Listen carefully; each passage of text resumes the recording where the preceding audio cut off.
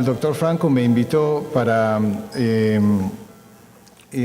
dar esta charla sobre el uso inseguro de los antibióticos en la comunidad y para reflexionar también un poco qué es lo que está pasando con el uso de antibióticos en la comunidad y para ver que no es un problema local de esta ciudad o de este país, es un problema global, universal y que se ve en todas partes y que tiene muchas cosas en común en todos los lugares del mundo.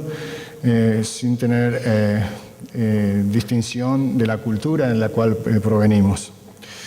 Para empezar con un poco como un review de esta charla, ¿qué son los antibióticos? Que son estas sustancias naturales que son producidas por microorganismos como hongos o bacterias, que tienen la capacidad de destruir o impedir o retardar la multiplicación de otros microorganismos. Eso es lo que es un antibiótico.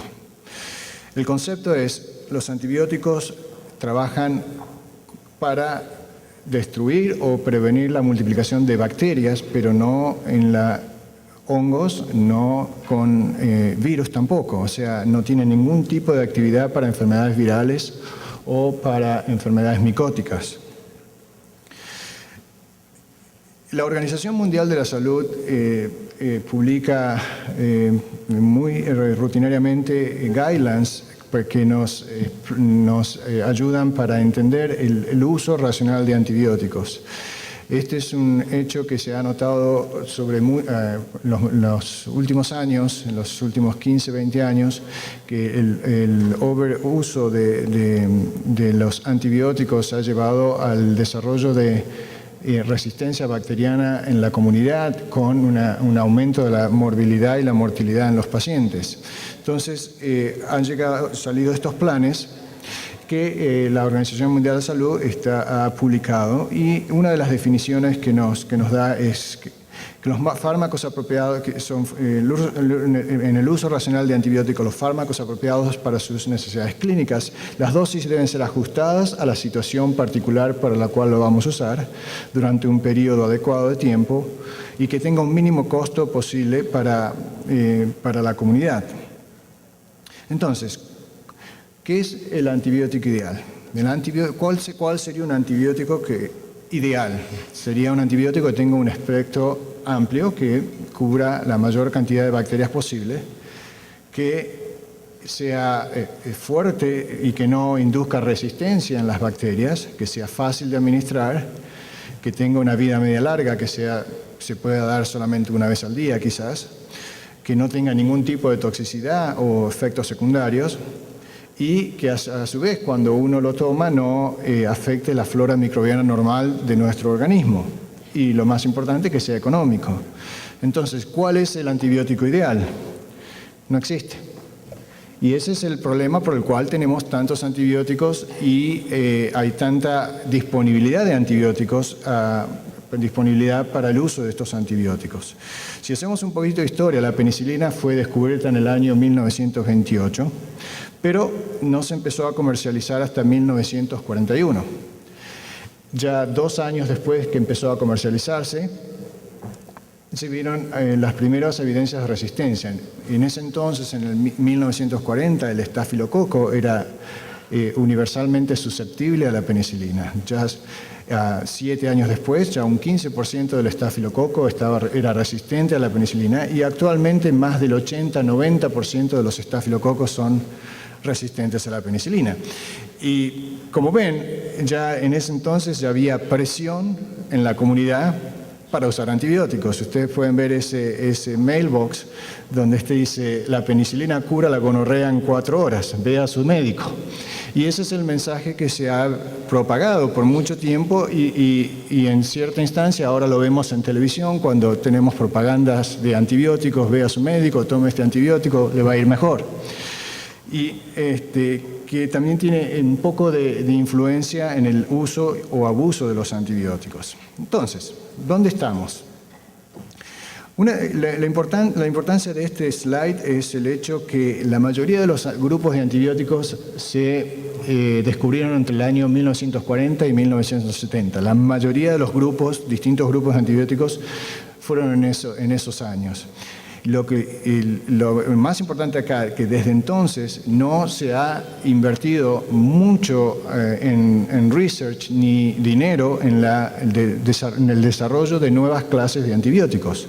Económicamente es algo que las compañías farmacéuticas no ven como algo muy redituable, entonces la investigación en nuevos antibióticos no es lo que era en los años 40, 50. O sea, no esperemos que vaya a haber muchos nuevos antibióticos en los próximos años. Este slide lo que muestra es básicamente que a medida que introducimos un antibiótico en la comunidad, a los pocos años se nota el desarrollo de la resistencia bacteriana a los antibióticos. Y lleva entre 2 y 3 años cuando ya estamos viendo el desarrollo de resistencia.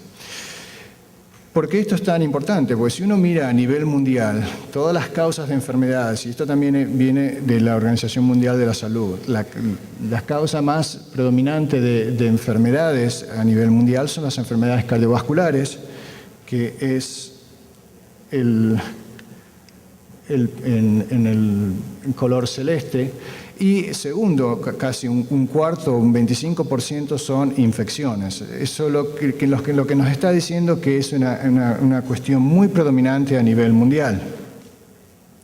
Entonces, ¿cuáles son las enfermedades a nivel mundial que acontecen para la mayoría de estas infecciones? Y ustedes pueden ver que todas estas infecciones con el tiempo han ido desarrollando resistencia. El paludismo, la malaria, ahora vemos que casi en 81 de 92 países hay resistencia a la cloroquina. La tuberculosis, en ciertos países hasta en 15-20% se ha encontrado resistencia a 1 o 2 medicamentos contra la tuberculosis. Para el HIV, para el SIDA también se ha visto casi hasta un 25% de resistencia a los antirretrovirales. La gonorrea casi ahora es universalmente resistente a la penicilina, un 98% en ciertos lugares del mundo, 98% de los casos de gonorrea son resistentes a la penicilina. El neumococo, la resistencia a la penicilina está aumentando y en ciertos países que es entre el 40 y el 70%. En diarrea, como la Shigella, es casi universalmente resistente a la ampicilina y al cotrimazole, al Bactrim. Y en infecciones hospitalarias, lo más importante es, por ejemplo, las infecciones hospitalarias con Staphylococcus aureus, más de las 2/3 partes de las infecciones son resistentes a la ampicilina. Lo que estoy tratando de decir, todas estas infecciones empiezan en la comunidad y se trasladan al hospital. Esto no es el concepto de que las infecciones resistentes empiezan en el hospital y se trasladan a la comunidad. Empiezan en la comunidad. Entonces, una de las formas que nosotros podemos actuar para disminuir eso es hacer un uso más racional del uso de los antibióticos para prevenir un futuro desarrollo de infecciones resistentes. Entonces, el concepto es ¿por qué se tratan las infecciones? Cualquier enfermedad infecciosa implica la pérdida del balance entre las defensas del huésped que las padece y el agente infeccioso que la causa. Entonces, el antibiótico es la ayuda que el organismo que el cuerpo necesita para pelear esta infección. La Organización Mundial de la Salud estima que el 50% de los antibióticos que se administran es innecesario.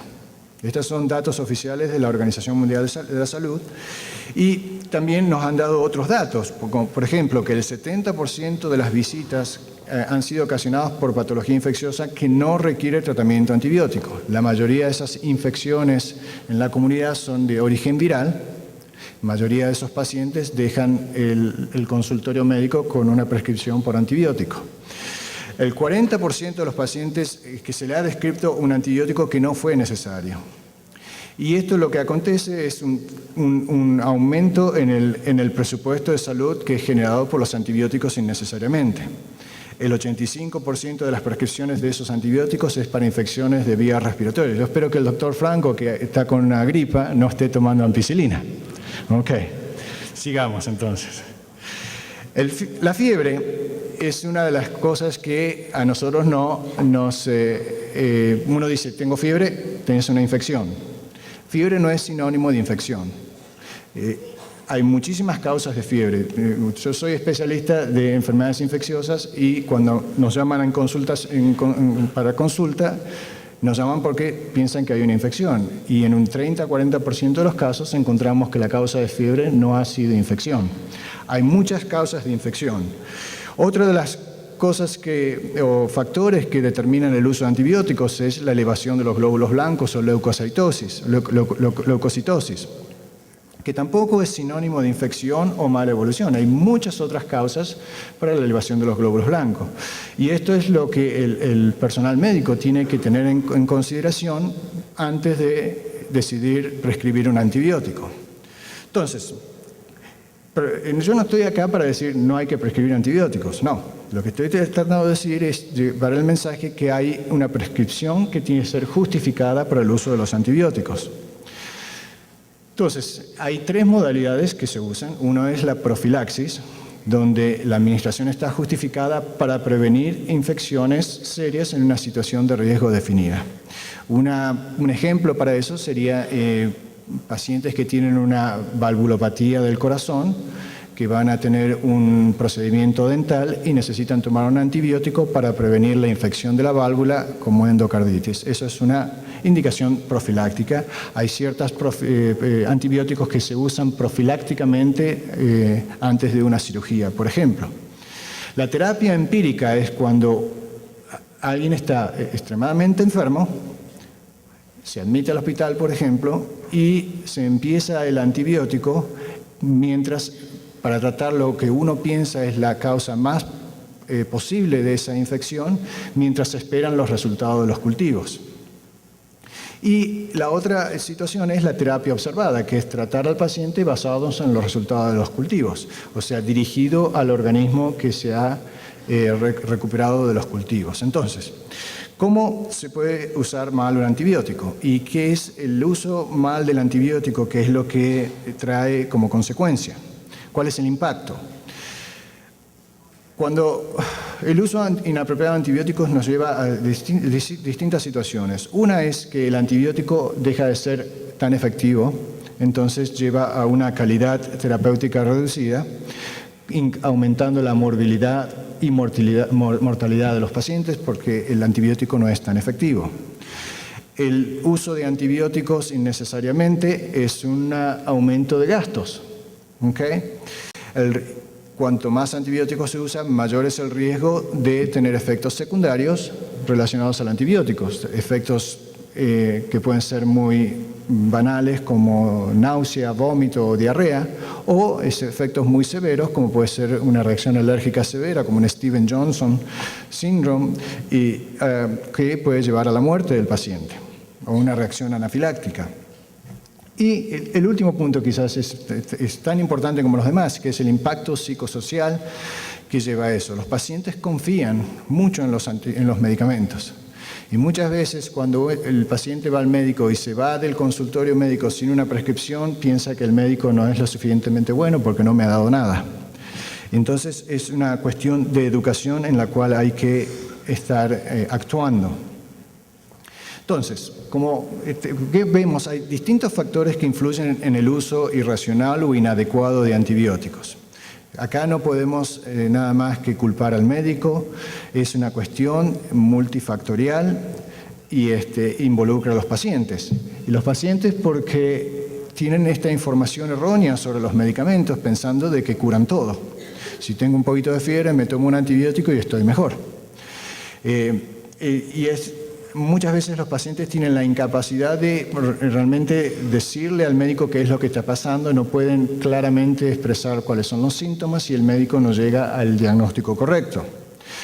Los médicos, por ejemplo, quizás algunos médicos no están actualizados al 100%, up to date, como se dice en Estados Unidos, con los últimos detalles en la literatura médica y no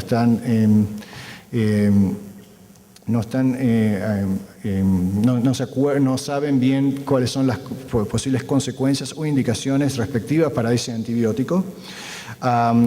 Entonces no tienen toda la información relacionada a ese antibiótico, por ejemplo, interacciones con otras medicaciones que pueden estar tomando, que puede producir mayores efectos secundarios. También, por lo menos esto se ha visto mucho en Estados Unidos con la presión económica. O sea, en Estados Unidos ahora cada vez se pasa menos tiempo con el paciente. Hay mucha presión y la visita médica cada vez se hace más corta. Me acuerdo hace más de 20 años, una visita médica era 1 hora, 1 hora y media, básicamente ahora se ha reducido a 15, 20 minutos. Entonces, hay mucha presión para ver más pacientes, mayor productividad, entonces deja menos tiempo a los médicos para pasar con los pacientes. Y como había dicho anteriormente, la presión para prescribir esa medicación. La industria es las compañías farmacéuticas. Y como había dicho anteriormente, hay mucha promoción en revistas. Venía en el avión anoche y ya veía en la revista del avión, había propaganda de 5 distintos tipos de medicamentos. Van a verlo por televisión, van a verlo por el cine, en todas partes hay presión de las compañías farmacéuticas para el paciente vaya al médico, escuché de este antibiótico, escuché de esta medicación, quiero usarla. Y a veces algunas compañías farmacéuticas hacen alegatos engañosos de indicaciones que no han sido aprobadas para el uso de ese medicamento. A nivel gubernamental, la regulación de los medicamentos es algo que se está manejando ahora con mucha más seriedad, que es por dos situaciones. Una es legislar la prescripción específicamente de antibióticos, y una de las cosas que por lo menos esto en Estados Unidos sucede, es que nadie puede ir a una farmacia sin prescripción a recibir un antibiótico. Yo sé que en otros países eso no es así y que los antibióticos son libres y cualquiera puede ir y pedir por un antibiótico. En Estados Unidos ahora eso no sucede, teóricamente, porque hay situaciones en las cuales todavía hay farmacéuticas que han dispensado antibióticos sin prescripciones.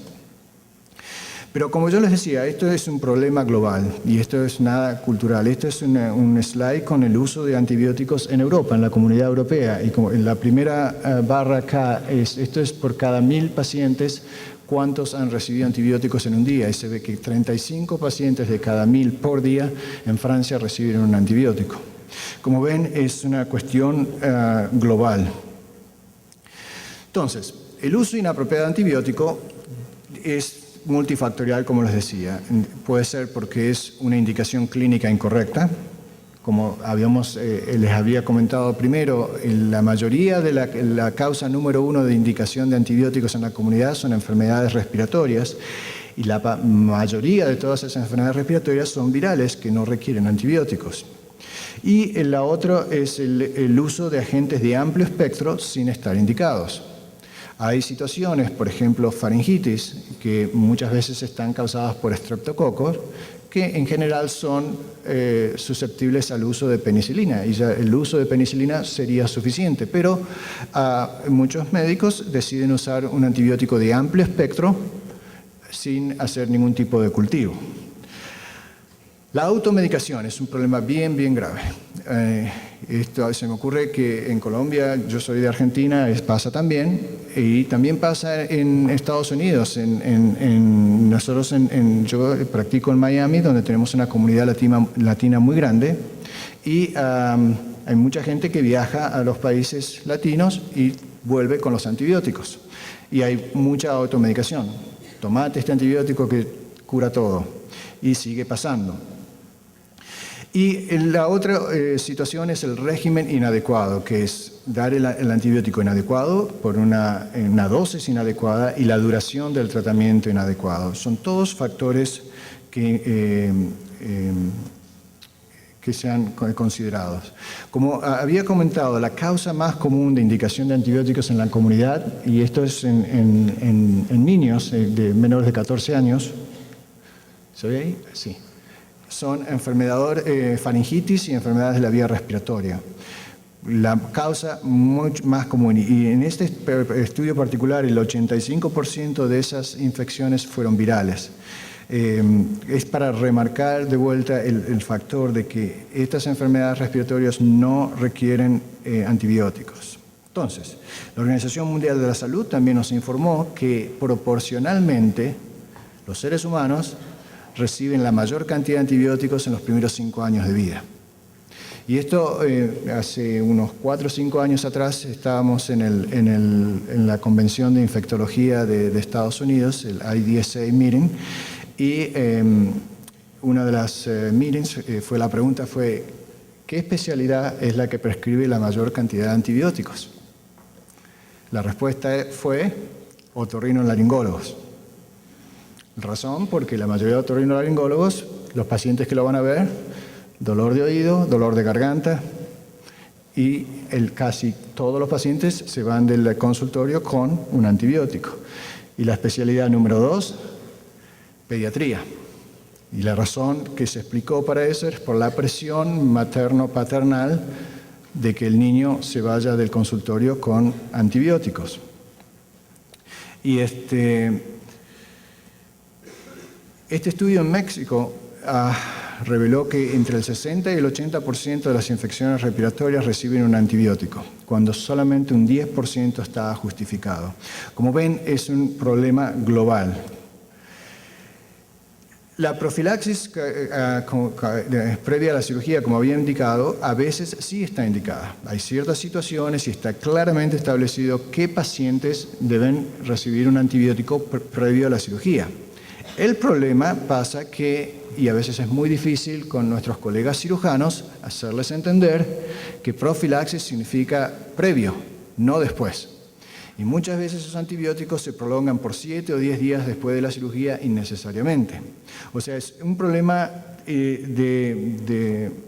grave que en Estados Unidos se ha estado manejando, y ahora hay estructuras que penalizan a los hospitales si el uso de antibióticos profilácticos en cirugía se mantiene después de 24 horas. O sea, todos los hospitales en Estados Unidos tienen que seguir las reglas de profilaxis de no más de 24 horas después de la cirugía. El curso incompleto del antimicrobiano, eso es algo muy común. Muchas veces se prescribe el antibiótico por cierta cantidad de días, 5 días, 7 días, 10 días. Muchas veces, pacientes después de 2 días, ya me siento bien y para el antibiótico. Ese es un problema. Todas estas cosas son lo que lleva al desarrollo de resistencia bacteriana. Como había mencionado antes, la elección empírica inapropiada del antibiótico, cuando estamos dando el antibiótico que no corresponde. Y la demanda del paciente en lugar de la patología. O sea, nosotros tenemos que tratar al paciente que está enfermo con cierta enfermedad, no al paciente porque está requiriendo el antibiótico. Y una de las cosas que se ha estado discutiendo muchísimo en los últimos años es el uso de antibióticos en la comida animal. O sea, antibióticos se han estado usando en la comunidad, en la ganadería, para prevenir y para tratar y para favorecer el crecimiento de las vacas, por ejemplo. Y eso ha llevado que estos antibióticos estén también en la comida. Y en muchas de estas ha sido una de las causas por las cuales hemos tenido epidemias, outbreaks de salmonela, de otras infecciones relacionadas a la carne, relacionadas al uso inapropiado de antibióticos para el crecimiento de animales. Entonces, para terminar con esto, la prescripción excesiva o subdosificada del antibiótico es un factor muy importante, lo mismo que la selección del antibiótico y evitar la autoprescripción y la falta de adherencia. La profilaxis, como había quirúrgica, el 70% de las veces fue un estudio hecho por la American Academy de Pediatría, Academia Pediátrica de Estados Unidos, que el 70% fue inadecuado y la mayoría de las veces fue por la profilaxis prolongada de 7 a 14 días después de la cirugía. Entonces, ¿cuáles son las consecuencias? El desarrollo a la resistencia. Las bacterias se adaptan y se transforman, se convierten resistentes a los antibióticos. La mayor exposición a los antibióticos hace que haya un riesgo de reacciones adversas. El impacto económico que significa para el paciente y para el sistema de salud. Porque después adquirir una bacteria resistente requiere antibióticos más potentes, más caros, y pues, también hospitalizaciones más prolongadas. Otra de las cosas es el impacto negativo en las expectativas del paciente. Como vuelvo a reiterar, muchas veces el paciente está un poquito decepcionado si no se va del consultorio médico con una prescripción por el antibiótico. Entonces, ¿cuál es el impacto de la resistencia en la comunidad? Es el desarrollo de estas resistencia bacteriana que reduce la efectividad de los antibióticos en general. No vamos a poder seguir usando nuestros antibióticos. Entonces, como yo les mostré anteriormente en los slides previos, no estamos desarrollando nuevos antibióticos. O sea, esto es lo que tenemos y esto es lo que tenemos que preservar. Entonces, los mecanismos de resistencia son distintos. No voy a elaborar mucho en esto, pero esto puede pasar de bacteria a bacteria por distintos mecanismos. Y una de las cosas, de las situaciones que hemos estudiado mejor fue el pasaje de la resistencia a la vancomicina de una bacteria llamada enterococo al estafilococo. ¿Okay? Donde para la transmisión del material genético de una bacteria a la otra, ahora el estafilococo se ha transformado en ciertas circunstancias resistente a la vancomicina también. Este cartoon, este dibujito, lo que dice es, vamos a hacer esto, vení para acá que te doy más ADN y te convertís en superbug, una superbacteria resistente a todos los antibióticos. Entonces, ¿cuáles son los factores responsables? Pacientes, padres, ¿qué es lo que podemos hacer? Tenemos que manejar la ansiedad del padre. ¿Okay? Entonces, tenemos que educar a los padres, tenemos que educar al paciente. ¿Cuál es la acción del antibiótico? ¿Para qué es lo que sirven? Que tengan que entender que el concepto que fiebre no siempre requiere antibióticos, que puede ser por otras causas, que puede ser viral. La creencia en poder de la curación de médico que lo prescribe. Si el médico me prescribe un antibiótico, me va a curar. Y si no me prescribe un antibiótico, no me va a curar. Y las otras esa preocupación que si no se le da el antibiótico no va a poder volver al trabajo pronto y va a perder horas de trabajo. Entonces, afecta a la economía familiar el hecho de dar antibióticos. Estos son caros y a veces pacientes no tienen el dinero suficiente para accederlo. El gasto de antibióticos inadecuado se vio en un hospital, pacientes que han venido y que en el sistema ambulatorio se vio que representó el 11% del presupuesto del hospital el uso inadecuado de antibióticos. Lo que lleva los números son realmente impresionantes. Entonces, el concepto es, hacer una receta para un antibiótico lleva menos de un minuto. Pero explicar y convencer al paciente o a la madre del bebé que no necesita el antibiótico lleva mucho más tiempo. Entonces a veces el médico tiene esa presión por todos los conceptos que había elaborado antes y muchas veces dice, acá está el antibiótico. O sea, todos somos responsables.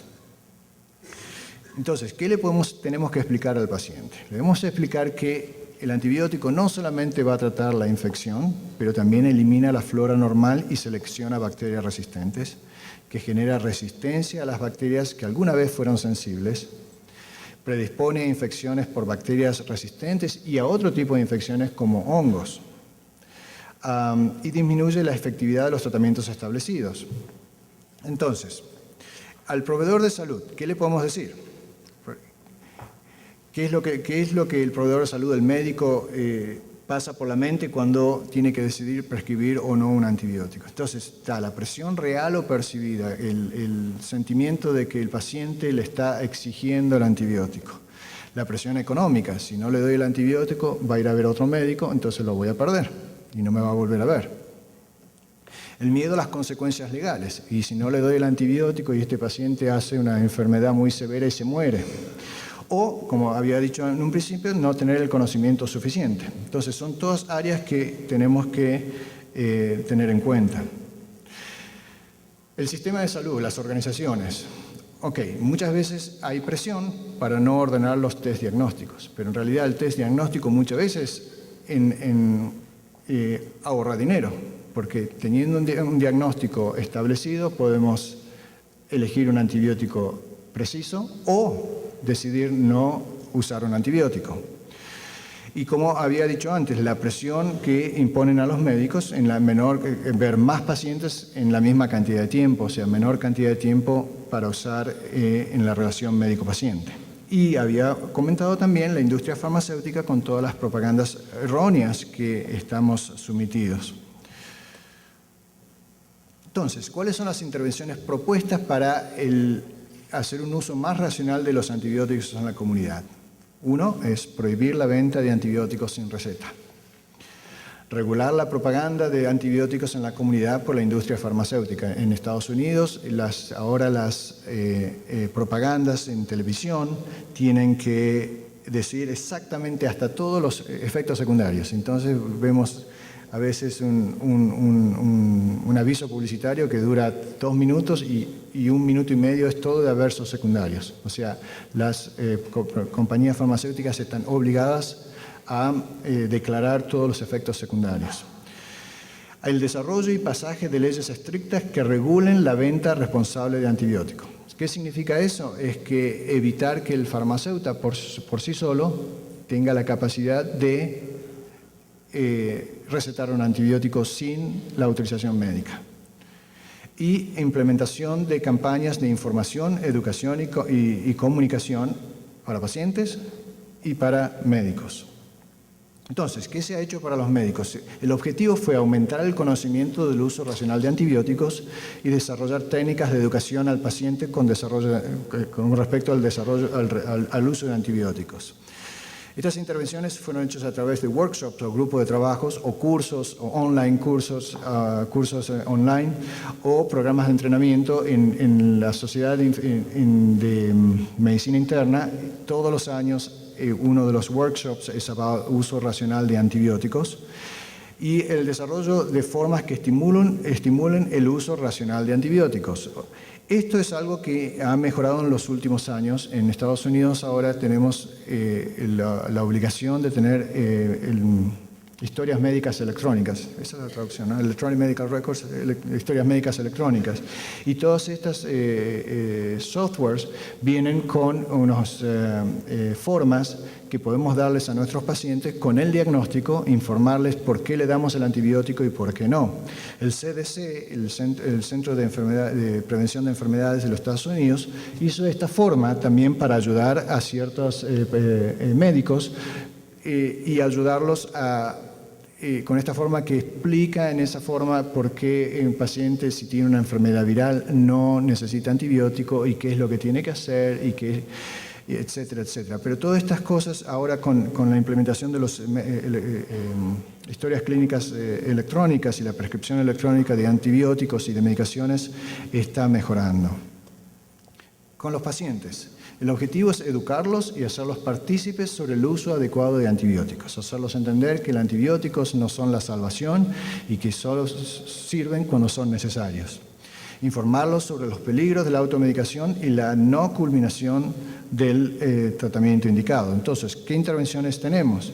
Diseminación de videos relevantes al uso de antibióticos, producción de programas de radio y televisión, avisos publicitarios, ir a las escuelas, a las iglesias, a convenciones para informar a los pacientes sobre el uso racional de antibióticos. Les voy a mostrar ciertos estudios de distintas partes del mundo para que vean que esto es un problema global, mundial y nada... Este estudio fue en los Emiratos Árabes. Este estudio fue hecho en casi 900 pacientes sobre el uso de automedicación. Y de estos pacientes, el 56% reportó el uso de un antibiótico en algún momento automedicado. De los participantes, casi el 50% usó el antibiótico, y lo otro es que casi un 30% de los pacientes guardan antibióticos en la casa. Como verán, esto pasa en los Emiratos Árabes también. Este estudio en realidad es mucho más interesante. Este fue hecho en Grecia y fue hecho con 100 farmacias. Los investigadores eran actores que fueron a la farmacia diciendo que tenían fiebre. Y entonces hubo dos grupos, uno con fiebre baja de 38 grados y otros de fiebre alta de 40 grados. Y lo más importante es que la pregunta fue, ¿los farmacéuticos refirieron al paciente al médico o le dieron antibióticos? Entonces, acá está la respuesta.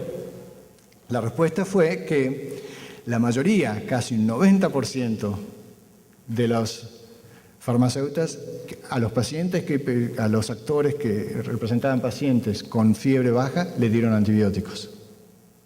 Y de los que tenían fiebre alta, un 60%. Y solamente un 57% de los pacientes fue referido al médico. O sea, como vemos, esto es un problema global. Y esto es lo que hay que tratar de evitar, el uso inapropiado de antibióticos. Este otro estudio marca cuál es el efecto del uso de antibióticos. Y lo que es un estudio muy complicado, pero lo que demostró es que cuando uno usa antibióticos indiscriminadamente, la resistencia bacteriana desarrolla en los primeros 3 meses. Y el efecto de esa resistencia bacteriana no se va por los próximos 12 meses. Entonces, ¿qué vamos a hacer? ¿Cómo vamos a mejorar? ¿Cómo vamos a evitar esto?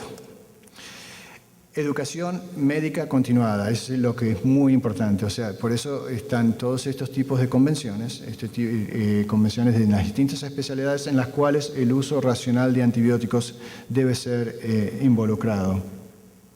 La adherencia a los protocolos institucionales de manejo de patologías infecciosas frecuentes, infecciones respiratorias, infecciones urinarias, infecciones de los tejidos blandos. Educar a los pacientes sobre el uso racional de antibióticos. Y la prohibición de antibióticos sin fórmula médica es uno de los pasos más importantes también.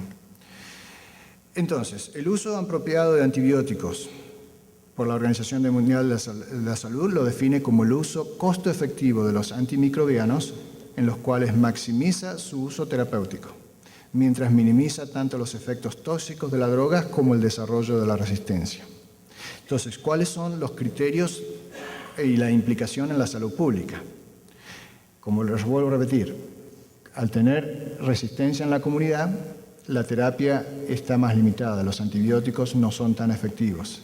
Los organismos son resistentes a los antibióticos, causan infecciones serias y más difíciles de tratar. Lleva a más hospitalizaciones, estas hospitalizaciones son más largas y más traumáticas. Y el organismo se mantiene prevalente en la población. Entonces, ¿cuáles son las recomendaciones? No iniciar el tratamiento, esto para los médicos, sin necesidad. O sea, no hacer un reflejo medular sin involucrar el cerebro en la decisión. Esto significa, fiebre no es sinónimo de antibióticos. Vamos a usar el antibiótico cuando sea realmente necesaria. Educar a los pacientes. En los hospitales lo más importante es, y esto lo voy a tocar un poquito más en la próxima charla a la tarde, cuando hablo de las infecciones en los hospitales, es tener medidas de control de infecciones y para tener una idea exactamente qué antibióticos no deben ser usados.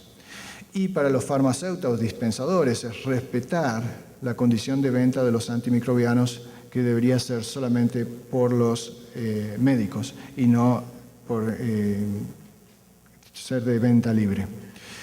Y el paciente, lo más importante es educarlo y entender que no tienen que solicitar antibióticos en todo momento, que tener en claro cuáles son las consecuencias del mal uso del antibiótico y qué es a lo que lleva. Entonces, todo esto está resumido en esta tabla con las estrategias que se están llevando en los Estados Unidos. Esto fue presentado en el Infectious Disease meeting en el 2007, el IDSA, que es la Sociedad de Infectología de Estados Unidos, junto con el CDC, está lanzando este programa de uso racional de antibióticos. ¿Qué ha pasado en Latinoamérica? Ha habido una mejoría en los programas de vigilancia de resistencia a nivel de los países. Ahora hay mucha mejor surveillance, que significa se sabe bien cuáles son los patrones de resistencia de distintas bacterias, por ejemplo, para el neumococo, para bacterias, enterobacterias y gonorrea. Hay una mejoría evidente en los laboratorios para detectar estas bacterias y ha habido implementación política y de regulación sobre antibióticos en ciertos países como Chile, Costa Rica y Cuba. Y voy a ir terminando con unos ciertos mitos urbanos que esto me parece que aplica en todos los países. El mito número 1, este antibiótico me baja las defensas, no lo voy a tomar. El mito número 2, me voy a cortar la gripe con la ampicilina. Seguro que lo han escuchado eso, ¿no? No hay un antibiótico inyectado para que actúe más rápido. También lo han escuchado, me imagino. Como ven, esto es universal. Tomate este antibiótico que tenía guardado en casa. Te va a ayudar. Lo voy a tomar por 21 días porque no es mucho tiempo. Cuanto más lo tomo, mejor. O, por el otro lado, a los 3 días me siento mejor, no lo voy a tomar más. Y lo paré. Voy a tomarlo con un protector en el estómago para que no me pegue tan fuerte. ¿Este antibiótico no será muy potente para mí? Esas son las preguntas que siempre se escuchan. El antibiótico me lo puedo tomar a cualquier hora, no importa. Si me dijo 3 veces por día, me tomo los 3 juntos. No importa que sea cada 8 horas. Trabajan igual. Me tomé el doble porque realmente me sentía muy mal. Si tomo el doble me voy a sentir mejor. Y el último, si tomo alcohol es mejor, trabaja más fuerte. Y ese también lo han escuchado. Entonces, voy a dejar para reflexionar. Los antibióticos son el gran descubrimiento del siglo XX, pero el milagro está llegando al final. La resistencia se está desarrollando. El uso inapropiado de estas armas que tenemos que salvan vidas y ha resultado en muchos problemas. Por otro lado, no muchos antibióticos se han desarrollado de los años 80 y los recursos de investigación han disminuido. Entonces, tenemos que luchar contra el uso inapropiado de antibióticos, de esta manera evitar la extinción de este gran descubrimiento. Lo que tenemos que hacer es un uso inteligente de lo que tenemos. Esto no es una cuestión de usar más, tenemos que usar menos. Y les voy a hacer les voy a comentar una anécdota que me pasó la semana pasada. Estaba haciendo las rondas con mis residentes en infectología, entonces ellos rotan con nosotros en las rondas por un mes. Y entonces estamos haciendo la evaluación final del mes y le pregunto, bueno, ¿qué te pareció la rotación? Me dice, estoy un poquito decepcionado. Le digo, ¿por qué? Porque no hemos escrito tantas prescripciones por antibióticos, lo único que hicimos fue parar antibióticos. Entonces yo le pregunté, le digo, ¿y de todos esos pacientes que hemos parado los antibióticos, ¿alguno le fue mal? La respuesta fue no. O sea, el uso inapropiado de antibióticos, el sobreuso de antibióticos no significa un mejor final.